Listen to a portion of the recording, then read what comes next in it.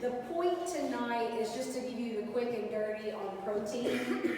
Specifically, why do you need it, how much you need it, when you need it, and where you're going to get it.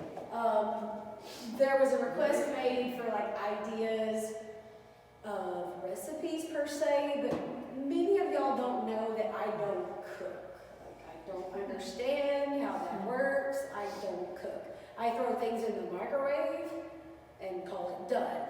So I can't give you like any fancy ideas or anything like that, but we will talk about like what are good protein sources and things like that.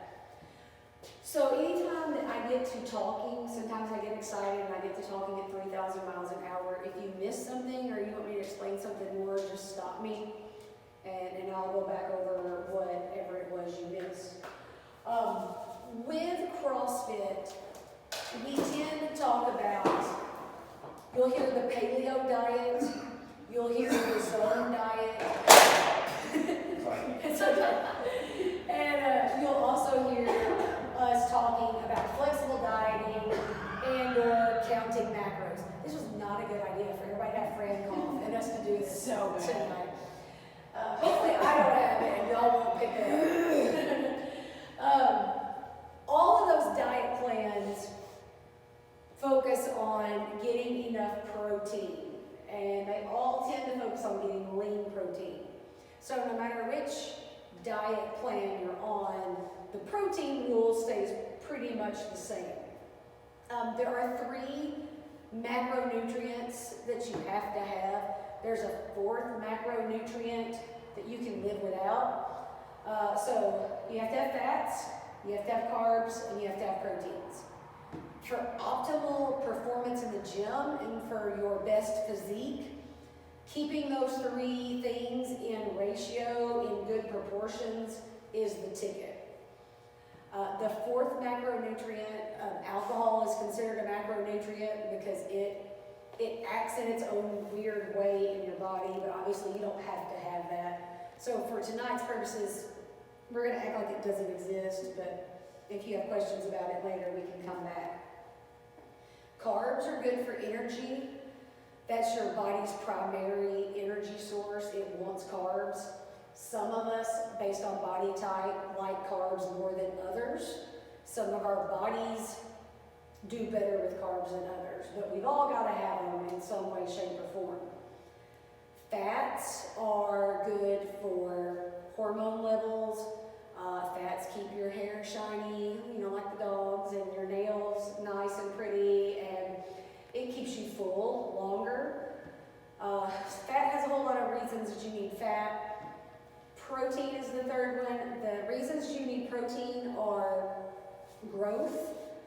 Everything in our body is basically built out of proteins, so you've got to get enough protein in the system to be able to grow. Little kids need protein to grow. You need protein because your body is constantly rebuilding all of your cells. You need protein for tissue repair. And as a CrossFitter, that is one of the most important reasons that you need protein. And I'll loop back to that in a minute. I almost wrote tissue paper. I mean, that's a protein, I guess, of some sort. Your proteins also are essential for hormones and enzymes, not as much as like your fats, but if you don't have enough proteins, you'll have issues there. If you don't have carbohydrates on board, your body can change a protein into a carb and use that for energy. Side note, that's why I get really aggravated when people say they're on the keto diet, but they're not tracking how many proteins they're eating, so their body is never actually going into ketosis. But that's a soapbox for a different day. But your body can do protein, change it into a carb. And then it can preserve lean muscle mass. And that's another big reason that you guys specifically need protein.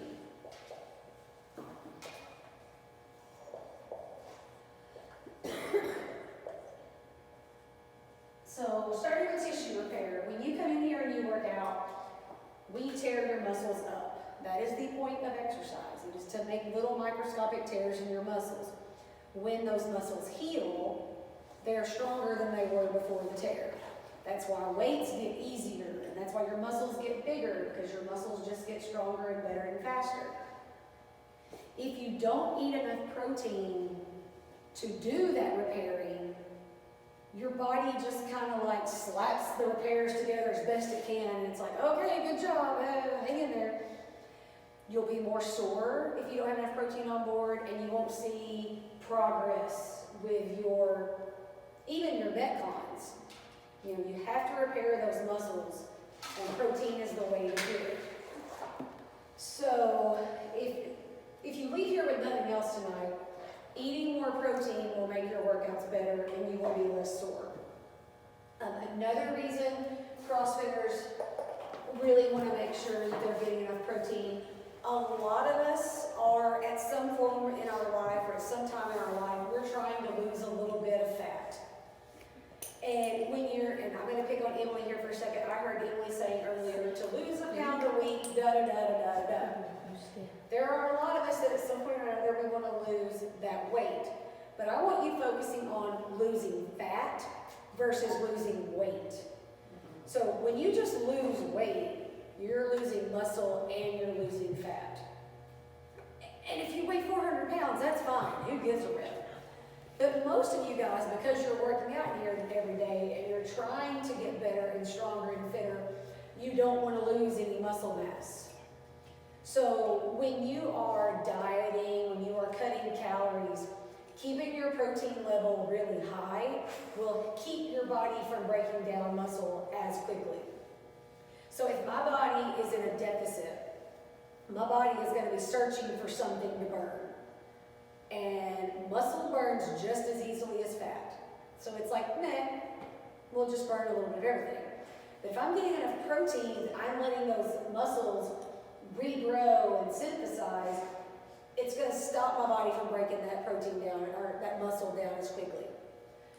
So those are the two big reasons why you need to be paying attention to how much protein you are eating. Everybody cool so far? Are y'all freezing? No. Okay. The people who just got there working out, no, we're not freezing. The people who are not working out, like, yes, we're freezing. Okay, the other cool thing that I forgot to mention here, when you eat protein, it's really hard for your body to break it down, and it's actually the most thermogenetic of the macronutrients. So if you eat an ounce of chicken, your body will burn more calories breaking that chicken down than it would an ounce of banana. So that's just a kind of a cool way to be like, okay, this is harder for my body to break down, so it's gonna burn a little more calorie just that way too. Fun side note. Anybody that's watching the video, you can't see, but there's a cute little puppy dog right here that we're all distracted by. Okay, so how much protein do you need in a day? If you do any kind of Google search, it's going to tell you that the average American gets plenty of protein. And that, in fact, Americans eat more protein than anybody else in the world. True and true.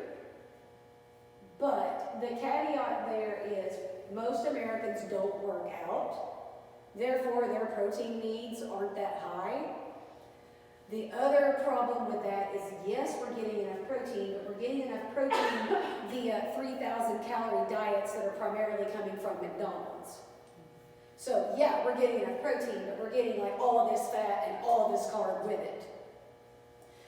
So for someone who's exercising, is trying to make a conscious effort to eat better, the magic window is you want between 3/4 of a gram and 1.5 grams per pound of body weight. And everybody just wait. Body weight or your current body weight? It is your body weight. Now, in a perfect world, if you were getting really, really dialed in and nitpicky, that would be like based on this much per pound of lean body mass. Well, there is a really specific number, right? But in general, if you start here This gives you a window, and then we can dial it down to a more accurate number for you.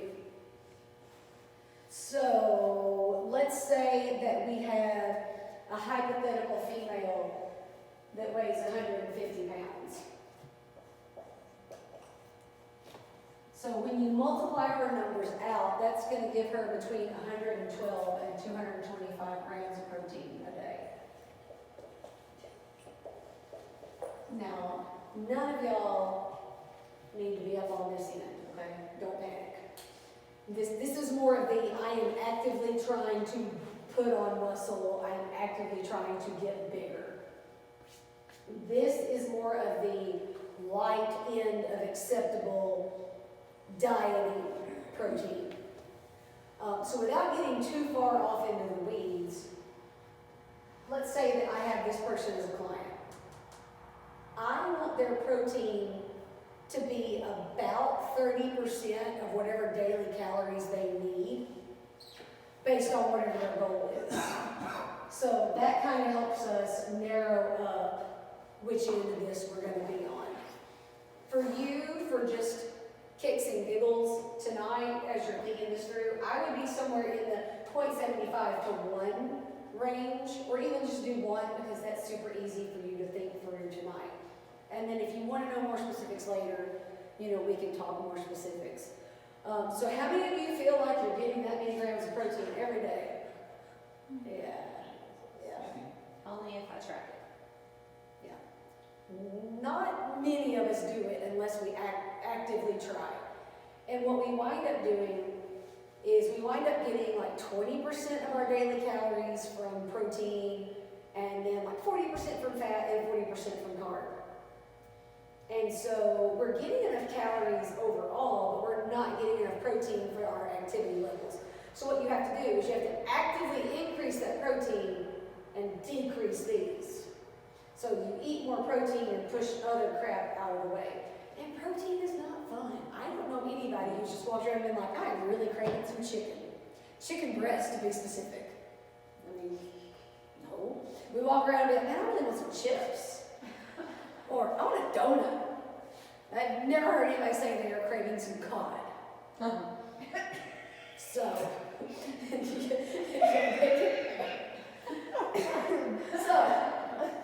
I'm going to recognize right now that this is hard, and we have to really, really think this through. There he is.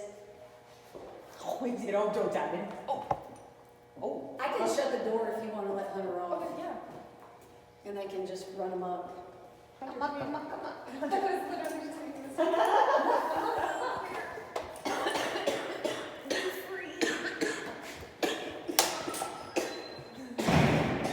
God.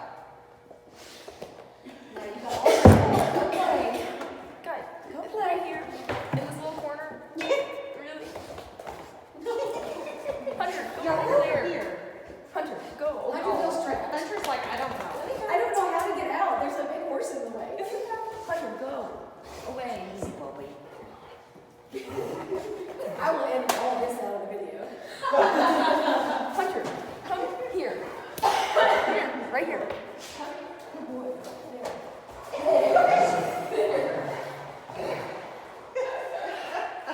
Alright, so let's talk about, we know how much protein we're trying to get.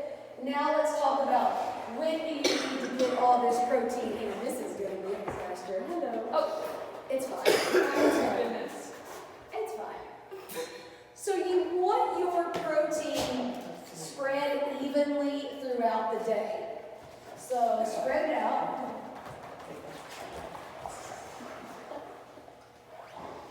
And what I mean by that is every time you eat, you need to eat protein. What does he have? Oh, okay. I'm okay with that, actually. I'll get you another one. So you want that protein spread evenly throughout the day. So let's say that we've got hypothetical Sue here. And Sue is trying to get 120 grams per day. So Sue wants to spread that out and not be trying to eat 70 grams of protein before she goes to bed. So let's say that Sue typically eats breakfast, she eats lunch, she eats a snack in the afternoon, and then she eats dinner. So straight division, 120 divided by 4 meals. She needs to be shooting for 30 grams in every meal.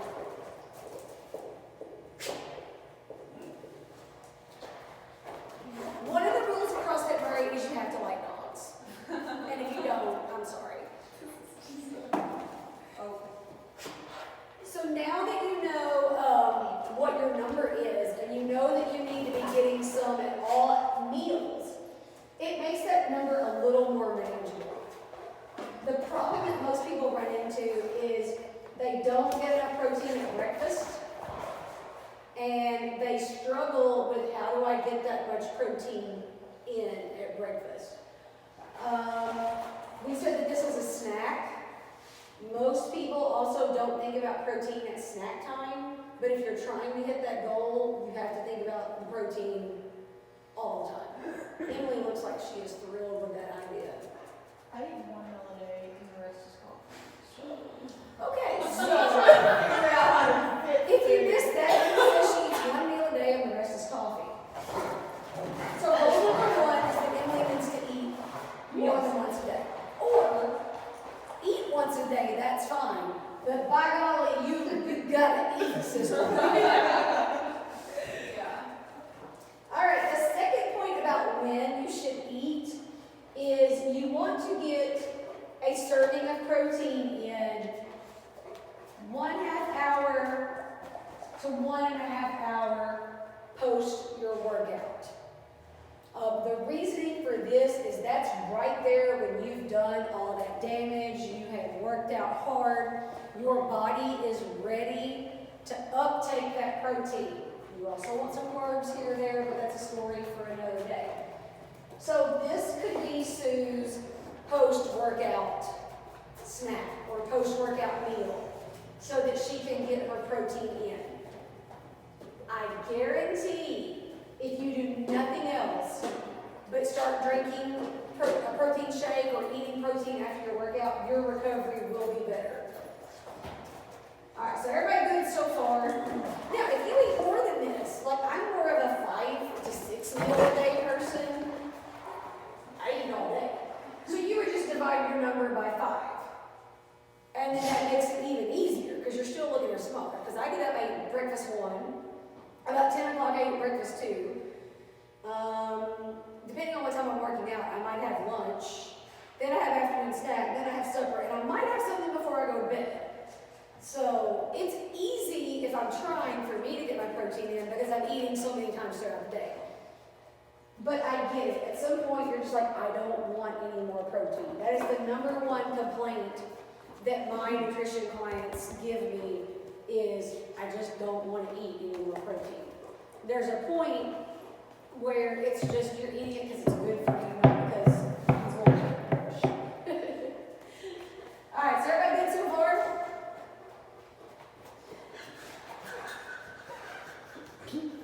Jealous. He literally can't stand it as soon as somebody touches him. No, that's why I was not bringing him over at first because he's so jealous. He's like, oh, me. Oh, let me make sure I haven't left anything off. Okay, so the last thing that we're going to touch on before we just go to whatever questions you may have, or before we just let the dogs take over everything, is know the difference between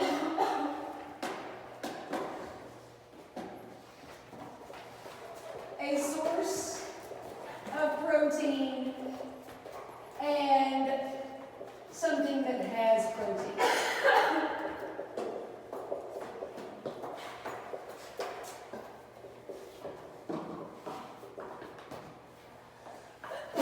Bless you.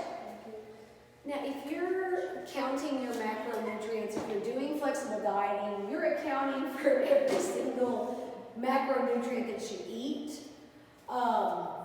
So if something has fats and carbs and proteins, you're taking that into account, but you do really have to watch that your proteins are primarily proteins, or else you'll wind up with 3,000 fats that you did not mean to take in. So I recommend when people are focusing on getting their protein in, try to eat things that are 100% straight protein, basically nothing else. Bless you. Yeah, you. Bless you. So for most of these numbers today that I'm going to give you, we're going to be talking about 3-ounce portions. So chicken breast has about 27 grams per 3 ounces. And 3 ounces is not really that much. It's about that much. And if you're gonna get like serious with this, you're gonna have to know your food. Otherwise, you have no idea how much or how little something is. So if Sue really likes chicken, she can basically eat 3 ounces of chicken at every meal and knock out her protein. After a while, she's gonna hate that, but it's a possibility. I made a joke earlier about cod, but 3 ounces of cod has about 18 grams of protein, and basically these have no carbs and pretty much no fat. It's a pretty much straight protein source.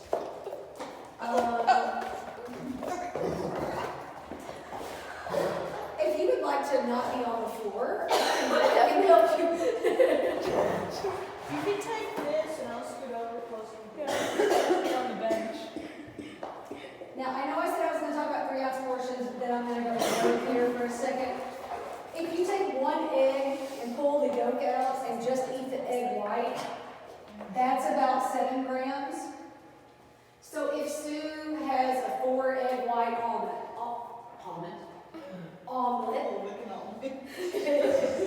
then she's going to get her protein there at breakfast. And then tuna packets, the Star Kiss Creations packets, that's just the one I usually eat a lot. Those have 14 grams of protein in those, and basically no carbs, basically no fat. So here at lunch, she takes a couple of those protein packets, tuna packets, and there's basically her 30 grams. And also for those of us that don't cook, that's really easy. So these are some basic, you can do turkey. Venison is fairly low fat, high protein. Any questions so far? So is that chicken, just plain chicken That's breast? just plain chicken breast. Like if I put seasoning on it, it would... Well, your seasoning is generally fine. Seasoning generally doesn't mess with it that much. We typically broil or bake. Yeah. Now, if by seasoning you mean roll it in almond flour and then throw it in the deep fryer, Right. then that's a different story. All right, so I would say that all of these are a source of protein. That is predominantly all they are. Where you get into trouble is what I call something that has protein. So, for example, ground beef. Nothing wrong with ground beef. 3 ounces of ground beef is going to bring you 23 grams of protein, which is awesome. But it's also going to have 15 grams of fat. So there's nothing wrong with it, but if you're watching your fat, that's going to add up really quickly. Most of my female clients are only eating 60 to, let's say, 80 grams of fat a day. So if they knock out 15 of it with ground beef, they don't have a lot left. Yeah. What percentage is that? It's like 80-20. It's not the good stuff. I was thinking more along the lines of when you go and you grab a hamburger, you're not getting the good stuff. Now, yeah, if you go with the 93.7 or the ground chuck, it's a different and better option. Greek yogurt, a lot of people talk about Greek yogurt has a lot of protein. If you watch what you're doing, you can get a Greek yogurt with a lot of protein. But a generic, just walk in the store and grab some Greek yogurt, and again, we're still talking about 3 ounce portions. It's got 4 carbs, 5 fats, and 3 proteins. So yeah, you're getting protein from it. It's something that has some protein, but I wouldn't necessarily call it a protein source because it's outweighed by the fats and the carbs. This is a generic Greek yogurt. Heather sent me a picture of one she's been enjoying lately that basically has no carb and no fat. It's all protein. But you've got to really look at those labels, or Greek yogurt will get you. I love peanut butter. It's one of my favorite foods in the world. The audio is going to be great on this. But a lot of people say, you know, like, well, I get my protein from peanut butter. And I'm like, well, you get some protein from peanut butter, but you predominantly get fat. So I wouldn't say that if you get up in the morning and have toast with peanut butter, that you've had a high protein breakfast.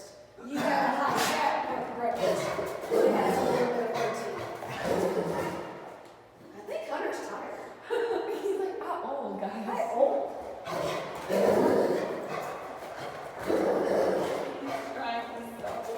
So 2 tablespoons of peanut butter. First of all, the first thing I want you to do if you get a food scale is to actually measure 2 tablespoons of peanut butter. It's 32 grams.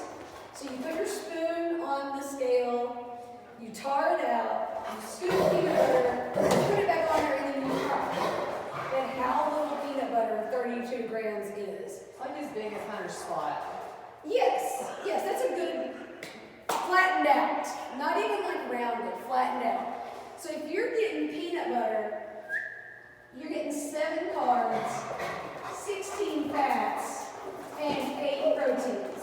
So yes, you're getting proteins, but it's got way more fats. So just be aware. Don't think that you're going to eat a jar of peanut butter and be like, I met my protein goal for the day. Well, sure you did, but I don't know what else you did. 2 more, and then I'll shut up about this. Somebody asked me this morning, well, you know, can you get proteins from vegetables? You absolutely can. There's 2 problems with that. When you have proteins, we have complete proteins and we have incomplete proteins. Meat is a complete protein. It has all the fancy amino acids and all the things that you need in one easy bite. Vegetables and grains have proteins, but they're incomplete proteins. So you have to make sure you're eating the right combinations together to get a complete protein. I didn't do well in chemistry, so don't ask me to get too in-depth into this. But it's kind of cool when you look back historically. Peas, for example, have this part of the protein. And carrots have this part of the protein. And somewhere years ago, people decided that peas and carrots tasted really good together. So if you eat peas and carrots, it makes a complete protein. So you can get complete proteins from vegetables. Also, rice and beans. Rice has one type of protein, beans has another. People started eating them together because somehow they figured out that they complement each other. So it can be done getting all your proteins from vegetables. The problem just runs into, again, 3 ounces of broccoli. First of all, that's a lot. And if you're going to eat that 3 ounces of broccoli, you're going to get 4 carbs, 1 fat, and 2 proteins. So if Sue is trying to get 30 grams of protein from broccoli, she's going to be eating a boatload of broccoli. How much is 3 ounces if you like oven and hand? Well, it's about that much. That was like the Lion King moment. Yeah, it's about this much. Yeah, I mean, it's done, but it's a lot. So you're going to eat that much broccoli to get 2 grams of protein, is what I'm trying to say. Like, there's better ways to knock that out. And then the last one is like lentils, beans. Lentils are another of those things, it's something that has protein, but I wouldn't count on it. Because it's going to have 11 carbs, no fat, 10 proteins. So it's fine, there's nothing wrong with it. But just be aware you're getting just as many carbs as you're getting proteins. And if you're accounting for that, it's fine, it's dandy, it's no problem. But if you're just sitting around eating a boatload of beans, first of all, you're going to come in here and we're going to have a problem because you're going to be working out. And the other thing is, that's going to be, just a lot. Just a lot. So that is basically what I wanted to go over today about protein. And then as far as this, and then we'll talk about shakes in just a little bit. Yeah. So you put 0.75 to 1.5 grams of protein. Yes. What's that for fats and carbs, just for reference? Okay, so that's kind of a different. Another talk, No, I can do it, but let me loop back to that in a minute. Sure. Because that's a good question, but it's kind of a different angle. Okay. So what also brought this up tonight is a lot of you were asking about protein shakes. This is, okay, I'll be honest, this is a sales pitch. Yeah, here you go, buy some protein. But pretty much any protein powder that you buy anywhere, it's going to be as good as what you pay for. So there's 3 types of protein powders real quick that I want to go over so that when you're looking at labels, you can make a good decision and know what you're buying. The brand that we carry, I just want to let you know, 1 serving has 28 grams of protein. So, you can do this 1 shake as soon as your workout's over and knock out a big chunk. Now, obviously, it depends on what your goal is. Pretty much any good protein is going to have that. You just want to make sure that it doesn't have a lot of carbs and it doesn't have a lot of fat. You want it to primarily be a protein shake. I use protein powder in my oatmeal. I'll fix my oatmeal, I'll put a scoop of chocolate protein powder in there, stir it up, put a few raisins in there. I've made protein powder pancakes. It takes like an egg and some bananas and some protein powder. I don't remember the exact ratios. And you mix it up. You can get pretty creative with it. I don't recommend you take Greek yogurt and put chocolate protein powder in there and think you're going to make something amazing, because it's not at all. So when you're looking at protein powders, whey is just a very generic, good, basic, run-of-the-mill protein. It's good for breakfast, it's good for post-workout, it's good for, I haven't got my protein in today. These are going to be your least expensive protein powders when you're at the store looking around. You want the very first ingredient to say, whey, blah, blah, blah, blah, blah. Obviously, I'm talking about dairy-based protein powders, bone-based protein powders, and soy protein powders are a different story. Then you've got your, let's just say anytime. Then you've got your isolates. These are very fast digesting proteins. These are going to be the most expensive ones on the market because they break down so quickly. These are the ones you want post-workout. When you go to the store and you pick up a protein powder and you're like, holy crap, this is expensive, it's probably an isolate, and that's probably why. And again, look at the label, it will tell you that it's an isolate. You may find a blend, but just so you know the difference and you know what you're looking at when you go to buy them. And then a casein protein is a slow digesting protein. And it's really good at nighttime. Casein breaks down over time. So if you drink some right before you go to bed, it breaks down while you're asleep and it repairs your muscles while you sleep. This is also a fairly expensive protein. It's not too bad. It's similar to whey, but it may be a little more expensive. If you have issues with texture, do not buy a big bottle of this without trying it first. It's thick. You can almost chew it. You can tell by my face I don't like it. It doesn't matter what brand it is. I don't like it. It's just not my drink. Don't drink. I drink. But that reminds me, I need one. So, I don't keep this in stock because I don't like it, but I can get you some if you want to try some. I'm sure JD's has a billion of them. For your purposes, most people just want to weigh and then maybe an isolate. But again, the isolate is just, it's a little more expensive. The weigh will do the same thing, just this is a little faster. So any questions about protein powders? What did you say the one that you have is? It's The ones in the just, a little sample. the sample sizes are just a weigh. Okay. So, like when I look at, it's actually, this is a whey 3 blend. So it has a whey protein concentrate is first, then it's got a little isolate, and then it's got a little casein. But it is predominantly just a whey. Then I do have one container of just isolate. It's 40. This one's 35. So with this company, there's not too much of a price difference. In some brands, there's a bigger price difference between the two. But just so you know, like what you're looking at, and you can tell, you know, why is this so much more expensive than this? Any other questions just on protein? Because then I can go back and address your question. All right, everybody good so far? This is where it gets a little mathy, and this gets a little bit in the weeds. But I'm going to erase this. Is everybody cool? All right. And if you need help figuring this out for yourself, I totally don't mind. All right, so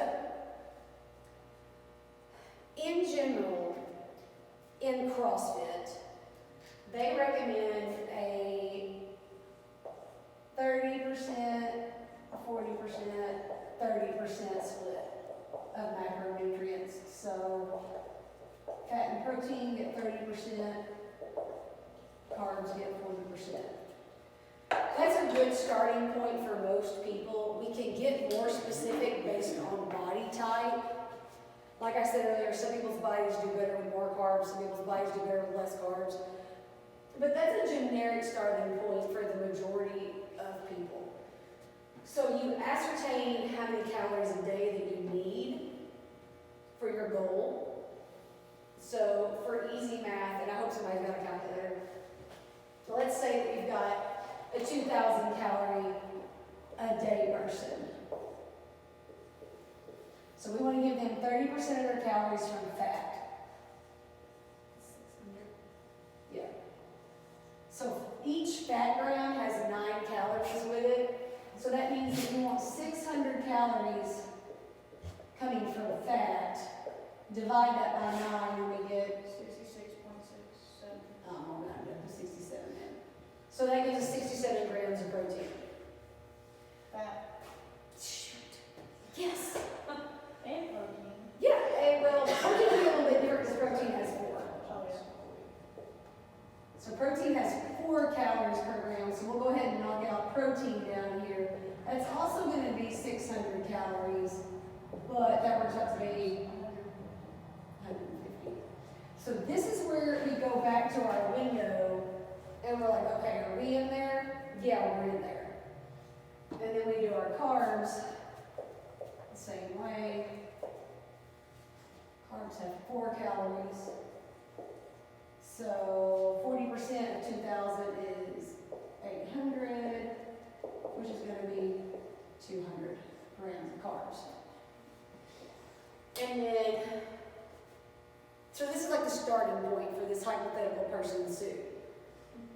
Now, let's say that we do this for a couple weeks and Sue does great. She's maintaining her weight right here, and we decide, okay, Sue is ready to try to lose some weight. So we're going to drop Sue's calories down, let's say to 1,600. I'm not going to do this math again. But if we drop her calories down to 1,600, when we figure her protein at 30%, we want to make sure we don't fall out of this window. And if we do fall out of this window, then we make the protein a little bit more than 30% and tweak up here. And that's just basic, generic starting point math. Some of y'all know I do nutrition coaching. If you really want to get into the weeds and really want to get like nitpicky for you and your goals, I do that. But just for most of you, as part of your membership, if you're like, hey, my goal is this, what should my macros look like? I'll give you numbers, and I'll tell you where I think you need to be for your But, and then if you want somebody to hold your hand and tweak it as we go along, then that's that separate nutrition coaching. But I don't mind helping you guys, I mean, that's what I'm here for, and that's kind of, I geek out about it a little bit, because I like math. So, that's a good question. Anything else, guys? Anything that, like, you were hoping to know that I didn't address? What about protein at bedtime? Is there like any benefit to having like protein like right before you go to bed? Yeah, it kind of goes back to that, you know, it'll sit there and it'll help rebuild your muscles during the night.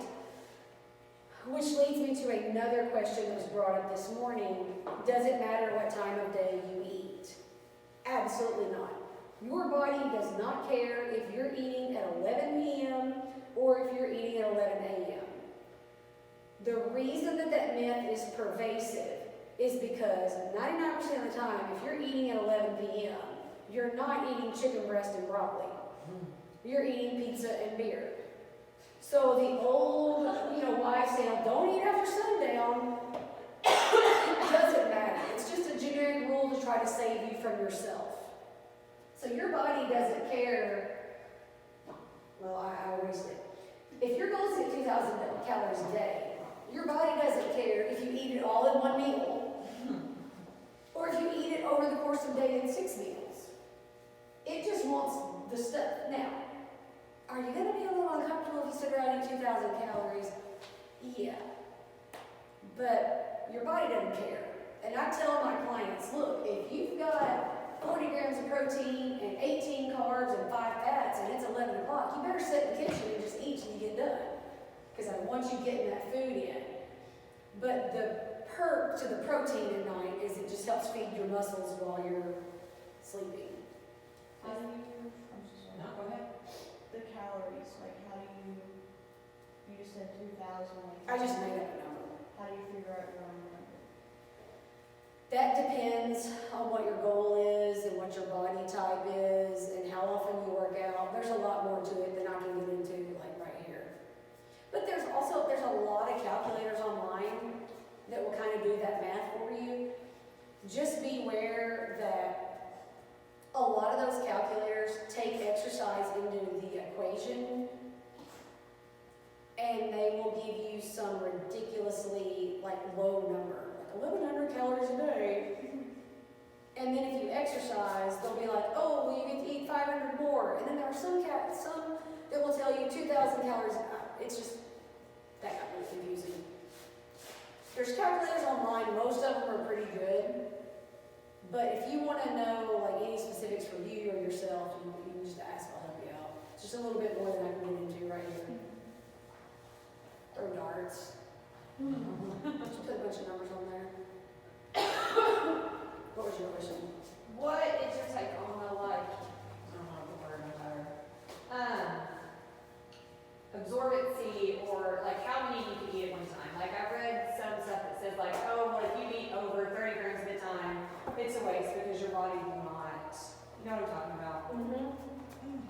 Good, because I And can't work. I know exactly what you're talking about.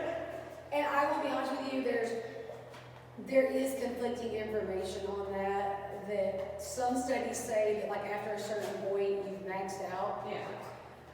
I think that most of the time the common sense response to that is yes, there probably is a limit, but realistically you're not going to hit that in one sitting. Right. I don't think there is a hypothetical 40 grams, or there isn't exact. There probably is a number, but the chances of you being okay, I'm going to eat 8 ounces of chicken right now and blowing past it. Makes sense, yeah. How much is in a handful of deli meat? Whose hand? You said that when you have an extra protein, you should eat Yeah, and I that know is it's not your macros, so I just didn't know about how much. Well, usually when I say a handful of deli meat, I'm taking that handful and I'm setting it on the scale. And then I'm shoving it in. But seriously, I can't believe I'm doing this much. If you pinch up this much, that's probably about 2 ounces, which is probably going to get you about 15 grams of protein. And would you consider that a source of protein and not something that has protein? So again, Deli meat, you would consider that a source I mean, of protein? obviously when I say deli meat, I'm talking about a lean turkey breast or a lean ham or a lean chicken. I'm not talking about like, Bread, sugar. yes. Right. Yeah, I'm talking about a leaner chicken. Yeah. I mean, even like the deli, Oscar Mayer Deli Fresh, you know, is it the most high quality? No. But in a pinch, it is pretty much just protein. But yeah. So it's about that much. Or slices, I mean, I guess that would be better. Well, and again, slices, it's like, depends on how thin it is. I don't mean to be obtuse, Yeah. it's just like, depends on how thin it is. How much do you charge as a coach? Oh, wow, I have that tail. So if you want a one-time report, I call it like an initial report, it's $75. You keep a food log, I look at your food log, I give you numbers, and then I give you all these reasons why you need to do things differently. And what I saw and like what I need to see. Okay. So like a one-time shot is $75. If you want monthly coaching, you get that plus 4 weeks of individualized check-ins every week, and that's $150 for the first month. And then subsequent months are cheaper because we don't have to do that initial rush stuff. But Randy did it, so Randy knows, and Randy can talk about me when I'm not around and give me the full story. But And do you recommend, like how long would you, like if we did that, how long would you recommend doing that until we can like do it on our own? And that's one of the first things I tell people is like when you're working with me, I want you to get to the point where you don't need me. Gotcha. Now, that said, I have worked with, I know you're ready to go home. I have worked with a bride for a year leading up to her wedding because she wanted to be the bombfreaking.com. And we started a year out and we just, you know, worked our way through. Most people are more like a 3 to 6 month, just to kind of see it, feel it, know what happens. Yep. All right, well, I'm going to officially take this out and turn off the video.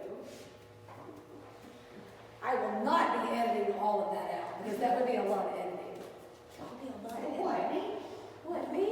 I'll put this on YouTube. People are going to be like, what the hell kind of show are they recording? Well, if they're cool, they're like, If they're cool, they're like, hey, we're coming here. And now I 100% know I need to vacuum before I do For sure, I just like brush my arms and like wipe or whatever. What did I say? That was good. I said, yes, Under his little neck. egg almond.